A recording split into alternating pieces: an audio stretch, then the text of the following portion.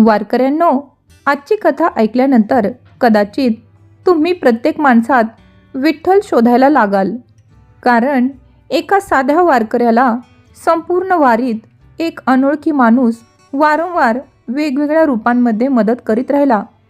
पण पंढरपुरात दर्शन घेतल्यानंतर त्याला कळलं, तो अनोळखी दुसरा कोणी नसून स्वतः माझा विठ्ठल होता. चला ऐकूया ही हृदयाला भिडणारी कथा. पहाटेचे 4 वाजले होते. आकाश अजूनही काळोखाने झाकले होते. पण एका छोट्याशा गावात मात्र दिवस उगवण्याआधीच भक्तीचा सूर्य उगवला होता. दूरवर टाळांचा मंजूळ नाद घुमत होता. ज्ञानोबा माऊली तुकाराम, मृदुंगाचा ठेका, विणेची झंकार आणि हजारो कंठातून निघणारा विठ्ठल विठ्ठल हा गजर वातावरणात असा मिसळला होता की जणू वाऱ्यालाही हरिनामाचा सुगंध आला होता. त्या गावाच्या टोकाला मातीचे एक छोटेसे घर होते. त्या घराच्या उंबरठ्यावर एक सडपातळ 70 ओलांडलेले, चेहऱ्यावर सुरकुत्या पण डोळ्यात विलक्षण तेज असलेला वारकरी उभा होता. माधव काका. गळ्यात तुळशीची माळ, कपाळावर गोपीचंदनाचा टिळा, अंगात स्वच्छ पण जुना पांढरा सदरा, कमरेला धोतर आणि खांद्यावर अनेक वर्षापासूनची झिजलेली कापडी झोळी. त्यांनी घराच्या उंबरठ्याला कपाळ लावले. घराकडे पाहून हळू आवाजात म्हणाले, आई बाबा, गौरी, मी निघालो ग. यंदा विठुरायाचं दर्शन घेऊनच परत येईन. गौरी. त्यांच्या पत्नीचं नाव. 5 वर्षापूर्वी ती आजारी पडली होती आणि त्या आजारपणातच ती या जगातून कायमची निघून गेली होती. शेवटच्या क्षणी तिने त्यांचा हात हातात घेत म्हणाली होती, अहो, मी नसले तरी वारी कधी सोडू नका. विठ्ठलाच्या दारी गेलात की मला आठवा. ते शब्द आजही माधव काकांच्या कानात घुमत होते. त्यांनी डोळे पुसले, दाराला कुलूप लावले आणि पंढरपूरच्या दिशेने पहिले पाऊल टाकले. पण त्या पावलात आनंदापेक्षा विरह जास्त होता. कारण त्यांच्यासोबत या वारीमध्ये गौरी नव्हती. गावाच्या बाहेर दिंडी उभी होती. टाळकरी, मृदुंगवादक, भगव्या पताका, तुळशीचे वृंदावने, लहान मुलं, वृद्ध महिला, सगळ्यांच्या चेहऱ्यावर एकच आनंद. यावेळी विठुरायाचं दर्शन होणार. माधव काका दिंडीत सामील झाले. दिंडी पुढे सरकू लागली. राम कृष्ण हरी, जय जय राम कृष्ण हरी, विठ्ठल विठ्ठल नामाच्या गजरात चालताना त्यांच्या डोळ्यात नकळत पाणी आलं. ते मनातच म्हणाले, विठ्ठला, यावेळी एकच मागणं आहे. मला काही नको, फक्त तुझ्या पायाशी 2 अश्रू ढाळू दे. सूर्य वर चढू लागला. उन्हाचा तडाखा वाढत गेला. रस्त्यावरची धूळ पायांना चिटकत होती. माधव काकांनी चप्पल घातली नव्हती, कारण त्यांनी नवस केला होता, जोपर्यंत शरीर साथ देईल तोपर्यंत प्रत्येक वारी अनवाणीच करीन. दुपारपर्यंत त्यांच्या पायावर फोड आले, तरी त्यांच्या ओठावर तक्रार नव्हती, फक्त नाम होते, विठ्ठल विठ्ठल. इतक्यात त्यांना चक्कर आली. डोळ्यासमोर अंधारी दाटली. ते रस्त्याच्या कडेला बसले. कापडी झोळीमध्ये पाण्याची बाटली होती, पण ती रिकामी झाली होती. आजूबाजूचे वारकरी पुढे निघून गेले होते. माधव काकांनी आकाशाकडे पाहिलं. त्यांच्या ओठातून नकळत शब्द बाहेर पडले, विठ्ठला, 2 घोट पाणी देशील का रे? तेवढ्यात 10-12 वर्षाचा सावळा मुलगा त्यांच्यासमोर उभा राहिला. डोक्यावर साधी पांढरी टोपी, हातात मातीचा छोटा माठ, चेहऱ्यावर निरागस हसू. तो म्हणाला, आजोबा, पाणी प्या. माधव काका म्हणाले, बाळा, माझ्याकडे तुला द्यायला पैसे नाहीत. मुलगा हसला. वारीत पाण्याची किंमत पैशांनी नसते, प्रेमाने असते. त्याने स्वतःच्या हाताने त्यांना पाणी पाजलं. ते पाणी इतकं गार होतं की जणू चंद्रभागेच्या प्रवाहातून आत्ताच भरलं होतं. 2 घोट पाणी पिताच माधव काकांच्या अंगात पुन्हा शक्ती संचारली. ते उठले. मुलाच्या डोक्यावरून हात फिरवत म्हणाले, बाळा, तुझं नाव तरी सांग. मुलगा मंद हसला, माझं नाव? जे नाव तुम्ही घेऊन चाललेला आहात तेच माझं नाव. माधव काका क्षणभर गोंधळले. म्हणजे? पण तोपर्यंत तो मुलगा पुढे निघून गेला होता. माधव काका 2 पावलं चालले आणि मागे वळून पाहिलं. रस्त्यावर शेकडो वारकरी होते, पण तो सावळा मुलगा कुठेच दिसत नव्हता. माधव काकांनी जवळच्या एका वारकऱ्याला विचारलं, अहो, आत्ताचा एक मुलगा मला पाणी देऊन गेला, कुठे गेला तो? तो वारकरी आश्चर्याने म्हणाला, काका, आम्ही तर इथंच होतो, तुमच्याजवळ कोणीच आलं नव्हतं.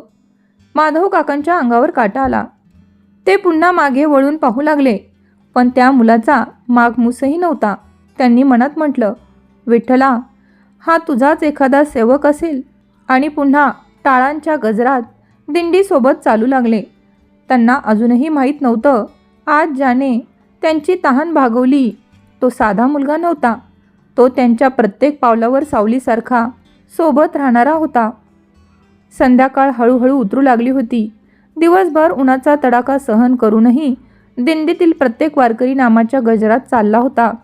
ज्ञानोबा माऊली तुकाराम, रामकृष्ण हरी, जय जय रामकृष्ण हरी, विठ्ठल विठ्ठल. टाळांचा नाद आणि मृदुंगाचा ठेका जणू थकलेल्या पायांनाही नवसंजीवनी देत होता.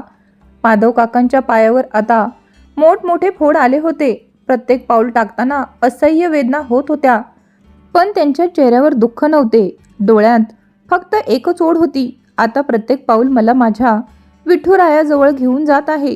इतक्यात आकाशात काळे ढग दाटून आले. विजांचा कडकडाट सुरू झाला आणि काही क्षणातच मुसळधार पाऊस कोसळू लागला. वारकरी आपापल्या कापडी झोळी आणि टाळ सांभाळत पुढे चालत होते. कोणी झाडाखाली थांबत होतं, कोणी एखाद्या शाळेच्या पडवीत आसरा घेत होतं.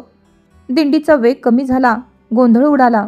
माधव काकाही एका मोठ्या वडाच्या झाडाखाली उभे राहिले, पण अचानक त्यांच्या हातातील कापडी झोळीचा दोर तुटला. कापडी झोळी चिखलात पडली. त्यातील कपडे, तुळशीची छोटी कुंडी आणि गौरीने दिलेला जुना रुमाल बाहेर पडला. ते घाईघाईने सगळं गोळा करू लागले. तोपर्यंत दिंडी पुढे निघून गेली. पावसाचा आवाज इतका प्रचंड होता की टाळांचा नादही ऐकू येईना. माधव काका घाबरले. अरे देवा, माझी दिंडी कुठे गेली? ते पावसात भिजत पुढे चालू लागले. अंधार वाढत होता. रस्ता चिखलाने भरला होता. आजूबाजूला कोणीच दिसत नव्हतं. त्यांच्या मनात पहिल्यांदाच भीती दाटून आली. ते डोळे मिटून म्हणाले, विठ्ठला, आज मी एकटा पडलो रे. तू कुठे आहेस? इतक्यात दूर एका छोट्याशा कंदिलाचा प्रकाश दिसला. त्या प्रकाशाजवळ एक वाकलेली वृद्ध स्त्री उभी होती. तिच्या अंगावर जुनी नऊवारी साडी होती. केस पूर्ण पांढरे झाले होते, पण तिच्या चेहऱ्यावर इतकं विलक्षण शांत स्मित होतं की माधव काकांना क्षणभर आईची आठवण झाली. ती प्रेमाने म्हणाली, अरे बाबा, असा पावसात का भिजतोयस? इकडे ये. माधव काका संकोचत तिच्याजवळ गेले. ती त्यांना एका छोट्याशा कौलारू झोपडीत घेऊन गेली. आत मातीची चूल पेटवली होती.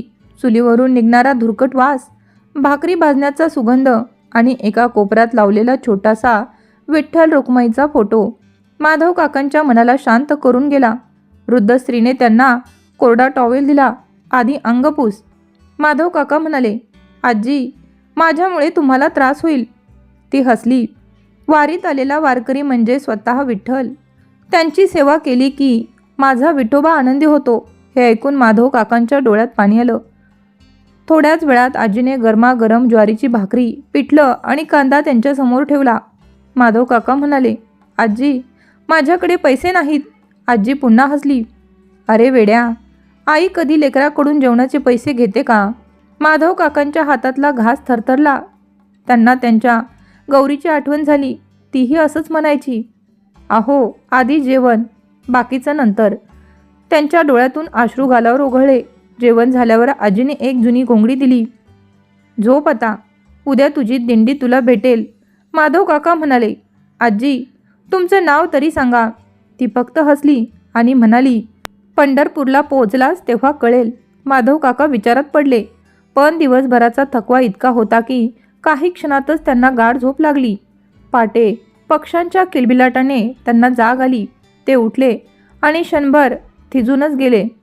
त्यांच्या आजूबाजूला ना झोपडी होती, ना चूल, ना कंदील, ना ती आजी. ते एका मोठ्या पिंपळाच्या झाडाखाली झोपलेले होते. समोर मोकळं मैदान होतं. रात्रीच्या झोपडीचा मागमूसही नव्हता. त्यांच्या अंगावर मात्र तीच घोंगडी होती आणि बाजूला ठेवलेला गौरीचा रुमाल पूर्ण कोरडा होता. इतक्यात काही वारकरी तिकडून जात होते. माधव काकांनी विचारलं, इथे एक झोपडी होती ना? एक आजी राहतात. ते वारकरी आश्चर्याने म्हणाले, काका, या रस्त्यावर अनेक वर्षापासून एकही झोपडी नाही. इथे तर फक्त हे पिंपळाचं झाड आहे. माधव काकांच्या अंगावर रोमांच उभा राहिले.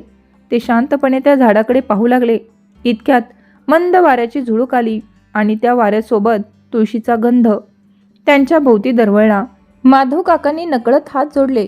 त्यांच्या मनात एकच विचार आला, विठ्ठला, काल पुन्हा तूच होतास का? पण लगेच त्यांनी स्वतःलाच समजवलं, नाही नाही, हा माझा भ्रम असेल. ते पुन्हा दिंडीच्या दिशेने चालू लागले. त्यांना अजूनही माहीत नव्हतं, त्यांच्या प्रत्येक हाकेला विठ्ठल वेगवेगळ्या रूपात उत्तर देत होता. पहाटेच्या गार वाऱ्यासोबत पुन्हा एकदा दिंडी पुढे निघाली. भगव्या पताका वाऱ्यावर डोलत होत्या. टाळांचा मंजूळ नाद आणि मृदुंगाचा ठेका पुन्हा एकदा वातावरण भक्तिमय करत होता. ज्ञानोबा माऊली तुकाराम, विठ्ठल विठ्ठल जय हरी विठ्ठल. माधव काका पुन्हा दिंडीत सामील झाले होते. काल रात्रीचं रहस्य त्यांच्या मनात अजूनही घर करून बसलं होतं. ती आजी, ती झोपडी, गरम भाकरी आणि सकाळी काहीच नसणं, हे सगळं खरंच घडलं होतं की स्वप्न होतं? त्यांनी मनातला विचार बाजूला सारला. विठ्ठलाचं नाव घेत राहायचं, बाकी त्यांच्यावर सोडायचं. ते पुन्हा नामस्मरात रमून चालू लागले. सूर्य वर चढत गेला. उन्हाची धार वाढत गेली. रस्त्यावरचा डांबराचा रस्ता तापून निघाला होता.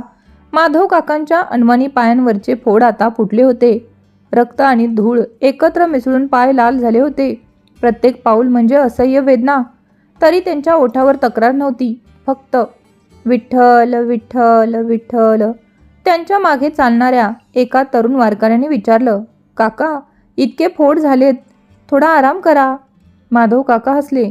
बाळा, पाय दुखतायत, मन नाही. मन तर आधीच पंढरीत पोचले. ते शब्द ऐकून अनेक वारकऱ्यांचे डोळे पाणवले. दुपारच्या सुमारास एका छोट्याशा घाटाचा चढ सुरू झाला. रस्ता खडतर होता. माधव काकांनी 2-3 पावलं टाकली आणि अचानक त्यांच्या पायातील वेदना इतकी वाढली की ते खाली बसले. त्यांच्या डोळ्यात अश्रू आले. ते मनातच म्हणाले, विठ्ठला, आता माझं शरीर साथ देत नाही रे, पण तुझं दर्शन घेतल्याशिवाय मी थांबणार नाही. तेवढ्यात मागून बैलांच्या गळ्यातील घंटांचा मंद आवाज ऐकू आला. टन टन टन. एक जुनी लाकडी बैलगाडी त्यांच्या जवळ येऊन थांबली. गाडी हाकणारा एक साधा शेतकरी होता.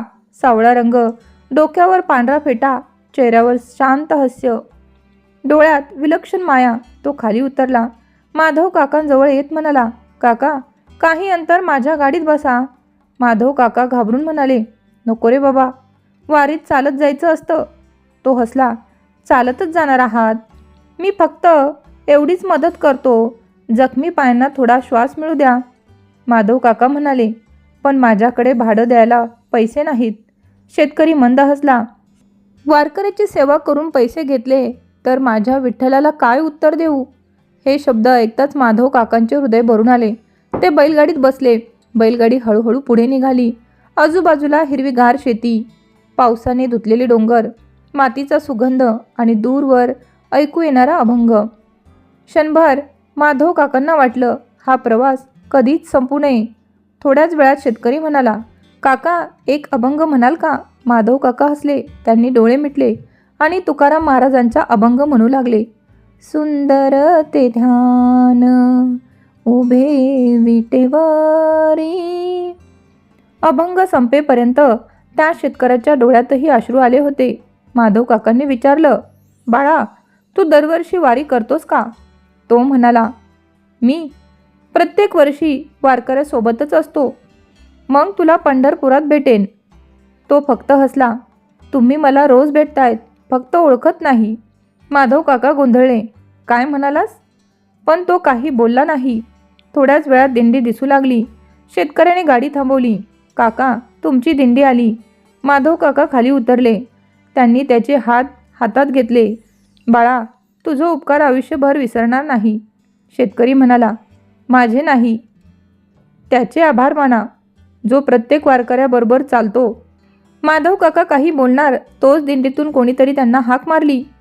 आहो माधव काका, लवकर या. ते क्षणभर मागे वळाले आणि पुन्हा शेतकऱ्याकडे पाहिलं. पण तिथे ना बैलगाडी होती, ना बैल, ना तो शेतकरी. समोर फक्त रिकामा रस्ता होता. माधव काकांनी आजूबाजूला शोधलं. काहीच नव्हतं. ते धावत दिंडीतील वारकऱ्याकडे गेले. आहो, आताच इथे एक बैलगाडी होती. एक वारकरी म्हणाला. कुठली बैलगाडी? दुसरा म्हणाला, काका, आज सकाळपासून या रस्त्यावर एकही बैलगाडी गेली नाही. पण मी तर. माधव काकांचे शब्द अर्धवटच राहिले. त्यांनी आपल्या हाताकडे पाहिलं.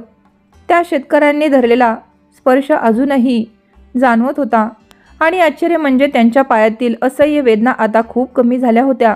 ते शांतपणे आकाशाकडे पाहू लागले. त्यांच्या डोळ्यातून 2 अश्रू गालावर ओघळले. ते मनातच म्हणाले, विठ्ठला, तू कुठल्या ना कुठल्या रूपात माझी काळजी घेतोयस. मी तुला ओळखू का शकत नाही? पण उत्तर म्हणून फक्त मंद वारा वाहत राहिला आणि त्या वाऱ्यासोबत पुन्हा एकदा तुळशीचा गंध दरवळला. सलग 4 दिवस चालल्यामुळे माधव काकांचं शरीर पूर्णपणे थकलं होतं. पायांवरच्या जखमा अजूनही भरल्या नव्हत्या. रात्री पाऊस, दिवसा कडक ऊन, त्यामुळे त्यांची तब्येत ढासळू लागली. तरीही त्यांच्या ओठावर एकच नाम होतं, विठ्ठल विठ्ठल विठ्ठल. त्या दिवशी दिंडी एका छोट्या गावात विसावली. गावातील लोकांनी वारकऱ्यांसाठी पिण्याचे पाणी, फराळ, ताक आणि जेवणाची व्यवस्था केली होती. वारकरी आनंदाने सेवा स्वीकारत होते. पण माधव काका मात्र एका झाडाखाली शांत बसले होते. त्यांच्या अंगाला कापरे भरत होते. कपाळ तापाने फणफणत होतं. एक वारकरी त्यांच्याजवळ आला. काका, काय झालं? माधव काका हलक्या आवाजात म्हणाले, बहुतेक ताप भरलाय रे बाळा. पण दिंडी थांबता कामा नये. त्यांनी 2 घास खाण्याचा प्रयत्न केला, पण घास घशाखाली उतरेना. रात्र झाली. सगळे झोपले. माधव काकांच्या अंगावरचा ताप मात्र वाढतच गेला. त्यांना भोवळ यायला लागली. डोळ्यासमोर सगळं धुसर दिसू लागलं. ते थरथरत्या आवाजात म्हणाले, विठ्ठला, तुझ्या दारात येण्याआधीच माझी वारी इथेच संपणार का? त्यांच्या डोळ्यातून अश्रू वाहू लागले. इतक्यात दूरवरून कोणीतरी हाक मारली. काका. माधव काकांनी डोळे उघडले. एक तरुण त्यांच्यासमोर उभा होता. साधं पांढरं धोतर, खांद्यावर कापडी पिशवी, हातात औषधी वनस्पतीचा जुडगा, चेहऱ्यावर विलक्षण तेज. तो खाली बसला. माधव काकांच्या कपाळाला हात लावला. ताप खूप भरलाय. माधव काका कुजबुजले. बाळा, तू कोण? तो हसला. मी वैद्य आहे. वारकऱ्यांची सेवा करतो. त्याने पिशवीतून काही औषधी पान काढली, दगडावर वाटली. त्याचा लेप माधव काकांच्या कपाळावर लावला. मग जवळच्या भांड्यात पाणी गरम करून त्यात काही वनस्पती टाकल्या. हे प्या. माधव काका म्हणाले, माझ्याकडे पैसे नाहीत. वैद्य हसला. सेवेचा मोबदला घेतला तर ती सेवा कसली? त्याने स्वतःच्या हाताने त्यांना औषध पाजलं. थोड्याच वेळात माधव काकांच्या अंगावरचा थरकाप कमी होऊ लागला. तापही उतरल्यासारखा वाटला. त्यांना बरं वाटू लागलं. रात्र गडद झाली होती. आकाशात लाखो तारे चमकत होते. वैद्य त्यांच्या शेजारी बसून मंद स्वरात अभंग गुणगुणत होता. अवघा रंग एक झाला. तो स्वर इतका मधुर होता की माधव काकांना नकळत डोळा लागला. पहाट झाली. कावळ्यांच्या आवाजाने त्यांना जाग आली. त्यांनी आजूबाजूला पाहिलं. वैद्य कुठेच नव्हता. पण त्याच्या ठेवलेल्या पाण्याचं भांडंही नव्हतं. औषधी वनस्पतीही नव्हत्या. जणू रात्री कोणी आलंच नव्हतं. माधव काकांनी हात कपाळावर ठेवला. ताप पूर्ण उतरला होता. शरीरात विलक्षण ताकद जाणवत होती. ते उठून दिंडीकडे निघाले. एक वारकरी त्यांना पाहून आश्चर्याने म्हणाला, अरे काका, काल रात्री तुम्ही तर तापाने बेशुद्ध होतात. माधव काका हसले. एका वैद्याने औषध दिलं म्हणून बरा झालो. सगळे एकमेकांकडे पाहू लागले. वैद्य? हो, एक वृद्ध वारकरी म्हणाला. काका, या पंचक्रोशीत आता वैद्यच नाही. जुना वैद्य 10 वर्षापूर्वी वारला. तेव्हापासून लोक गावाबाहेर उपचारासाठी जातात. माधव काका स्तब्ध झाले. पण तो तर काल माझ्या समोर होता. कोणीच काही बोललं नाही. दिंडी पुन्हा पुढे निघाली. माधव काका चालत होते. पण आता त्यांच्या मनात एक वेगळाच प्रश्न सतत घुमत होता. हा मुलगा, ती आजी, तो शेतकरी आणि हा वैद्य, हे सगळं वेगवेगळे लोक होते का, की कोणी एकच? त्यांनी आकाशाकडे पाहिलं. मंद वारा वाहू लागला. भगवी पताका डोलू लागली आणि दूरवरून पुन्हा एकदा नामघोष ऐकू आला. पुंडलिक वरदा हरी विठ्ठल, श्री ज्ञानदेव तुकाराम, पंढरीनाथ महाराज की जय. माधव काकांनी दोन्ही हात जोडले. त्यांच्या ओठावरून शब्द उमटले, विठ्ठला, तू कुठे असशील फक्त इतकंच कर. माझं हे शेवटचं पाऊलही तुझ्यापर्यंत पोहोचू दे. त्यांच्या डोळ्यात भक्ती होती आणि कुठेतरी अदृश्यपणाने एक सावळं स्मित त्यांच्याकडे प्रेमाने पाहत होतं. वारी आता अंतिम टप्प्यात आली होती. प्रत्येक वारकऱ्याच्या चेहऱ्यावर थकवा होता, पण त्या थकव्यापेक्षा कितीतरी मोठा आनंद त्यांच्या डोळ्यात दिसत होता. कारण आता पंढरपूर फार दूर नव्हतं. भगव्या पताका वाऱ्यावर डोलत होत्या. दूरवरून सतत अभंगाचा स्वर ऐकू येत होता. ज्ञानोबा माऊली तुकाराम, विठ्ठल विठ्ठल. माधव काकांचं मन आज वेगळंच भरून आलं होतं. ते चालता चालता मनात गौरीशी बोलत होते. गौरी, बघ ना, यंदाही तुझ्या माधव विठुरायाच्या दारी येतोय. तू नसलीस तरी तुझं प्रत्येक पाऊल मला जाणवते ग. असं म्हणत त्यांनी कापडी झोळी उघडली. त्यामध्ये त्यांनी अनेक वर्षापासून जपून ठेवलेली एक छोटी कापडी पिशवी होती. त्या पिशवीत गौरीने शेवटच्या वारीत तिच्या गळ्यात घातलेला सुकलेला तुळशींचा हार होता. मरणाच्या आधी गौरीने तो हार त्यांच्या हातात ठेवून सांगितलं होतं, अहो, हा हार कधी हरून देऊ नका. प्रत्येक वारीत तो विठुरायाच्या चरणी ठेवा. मला वाटेल मीही तुमच्यासोबत वारी केली. माधव काकांनी तो हार कपाळाला लावला. डोळ्यातून अश्रू ओघळले. त्यांनी तो पुन्हा काळजीपूर्वक पिशवीत ठेवला आणि दिंडीसोबत चालू लागले. दुपार झाली. दिंडी एका ओढ्याजवळ थांबली. सगळे वारकरी हातपाय धुवू लागले. माधव काकांनीही चेहऱ्यावर पाणी मारलं. थोडा वेळ विश्रांती घेऊन ते पुन्हा निघाले. काही अंतर चालल्यानंतर अचानक त्यांच्या मनात विचार आला, गौरीचा हार एकदा पाहू. त्यांनी कापडी झोळी उघडली. त्यातून त्यांनी कापडी पिशवी काढली, पण ती रिकामी होती. हार नव्हता. क्षणभर त्यांचा श्वासच थांबला. त्यांनी पुन्हा पुन्हा ती कापडी झोळी तपासली. प्रत्येक कपडा हलवून पाहिला, पण हार कुठेच नव्हता. त्यांच्या डोळ्यात अश्रू दाटले. गौरी, ते अक्षरशः रस्त्यावर बसले. मी तुझी शेवटची आठवणही जपू शकलो नाही. त्यांचा आवाज कापत होता. दिंडी पुढे जात होती. माधव काका मागेच थांबले. ते पुन्हा ओढ्याच्या दिशेने चालू लागले. रस्त्याच्या कडेला, झुडपांमध्ये, दगडांजवळ सगळीकडे ते शोधू लागले, पण हार सापडत नव्हता. थकून ते एका दगडावर बसले. दोन्ही हातांनी चेहरा झाकला. विठ्ठला, हा हार मला परत दे. तो फक्त हार नाही, तर ती माझ्या गौरीची शेवटची आठवण होती. तेवढ्यात एक गोड आवाज त्यांच्या कानावर पडला. आजोबा. माधव काकांनी वर पाहिलं. 7-8 वर्षाची एक छोटी मुलगी त्यांच्यासमोर उभी होती. अंगावर साधा हिरवा परकर पोलक, केसात तुळशीची छोटी माळ, कपाळावर चंद्रकोरीसारखा टिळा आणि चेहऱ्यावर निरागस हास्य. तिने आपला छोटासा हात पुढे केला. तिच्या हातात तोच तुळशीचा हार होता. माधव काकांच्या डोळ्यात आनंदाश्रू आले. बाळ, हा तुला कुठे सापडला? ती हसली. ज्यांची वस्तू असते ती त्यांच्यापर्यंत पोहोचायची असते ना. माधव काकांनी थरथरत्या हातांनी हार घेतला. त्यांनी तो कपाळाला लावला. बाळा, तू कुठल्या दिंडीतली आहेस? ती म्हणाली, मी जिथे नाम चालतं तिथली. माधव काका पुन्हा हसले. तुझं नाव काय? मुलगी काही क्षण त्यांच्या डोळ्यात पाहत राहिली आणि हळू आवाजात म्हणाली, माझे अनेक नावं आहेत. हे बोलून ती मागे वळाली. माधव काका तिच्या मागे 2 पावलं गेले, पण क्षणातच ती गर्दीत दिसेनाशी झाली. माधव काका धावत दिंडीत पोहोचले. ते एका वारकऱ्याला म्हणाले, अहो, ती छोटी मुलगी कुठे गेली? वारकरी गोंधळला. कुठली मुलगी? अरे, हिरवा परकर घातलेली. दुसरा वारकरी म्हणाला, काका, इथे तर आत्तापासून एकही लहान मुलगी आली नाही. माधव काकांनी आजूबाजूला पाहिलं. खरंच तिथे एकही मुलगी नव्हती. त्यांनी हळूच गळ्यातील तुळशीची माळ हातात घेतली. त्यांच्या डोळ्यातून अश्रू वाहू लागले. ते मनात म्हणाले, विठ्ठला, मी तुला अजूनही ओळखत नाही, पण तू मात्र मला प्रत्येक वेळी शोधून काढतोस. तेवढ्यात मंद वारा वाहू लागला. त्या वाऱ्यासोबत तुळशीचा सुगंध दरवळला. दूरवरून चंद्रभागेच्या पाण्याचा मंद आवाज कानावर येऊ लागला. एक वृद्ध वारकऱ्याने आनंदाने हाक मारली, अहो, चंद्रभागा दिसायला लागली. आता विठुरायाचं घर अगदी जवळ आलं. हे ऐकताच माधव काकांच्या डोळ्यात भक्तीचा महासागर दाटून आला. त्यांनी दोन्ही हात आकाशाकडे उंचावले. विठ्ठला, आता फक्त एकच इच्छा आहे, तुझ्या चरणी डोकं ठेवायचं.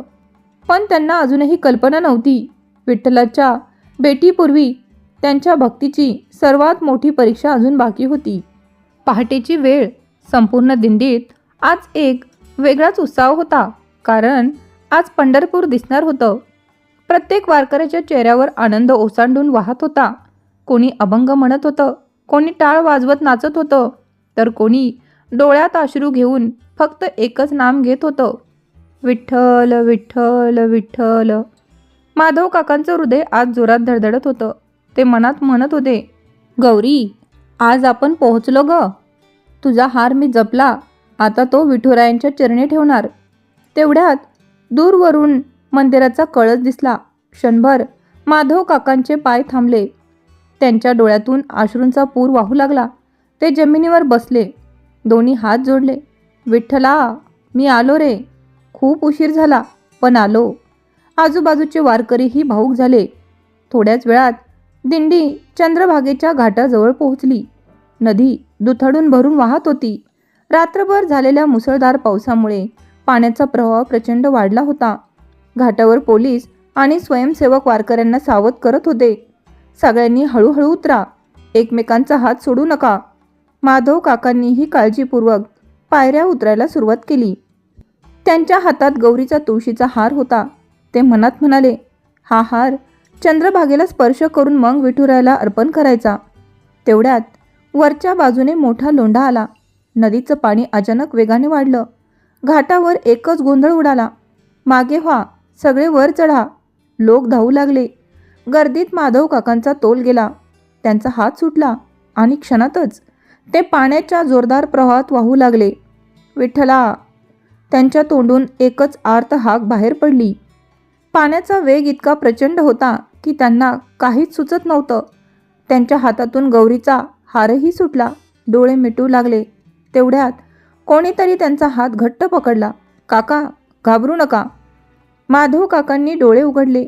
एक नावाडी, साधं धोतर, डोक्यावर ओला फेटा, हातात लाकडी वल आणि चेहऱ्यावर विलक्षण शांत स्मित. छोट्याशा होडीतून तो त्यांच्यापर्यंत आला होता. त्याने माधव काकांना अलगद होडीत बसवलं. माधव काका अजूनही धापा टाकत होते. बाळा, तू वेळेवर आला नसतास तर, नावाडी शांतपणे म्हणाला. जो विठ्ठलाच्या भेटीसाठी निघतो त्याला अर्ध्या वाटेत कोण सोडतं का? माधव काका त्याच्याकडे पाहतच राहिले. त्यांच्या डोळ्यात तीच ओळखीची माया होती, जशी त्या मुलात, त्या आजीत, त्या शेतकऱ्यात, त्या वैद्यात आणि त्या चिमुरडीत होती. क्षणभर त्यांना काहीतरी जाणवलं, पण लगेच नाव किनाऱ्यावर लागली. नावाडीने त्यांना उतरवलं. माधव काका खाली उतरले.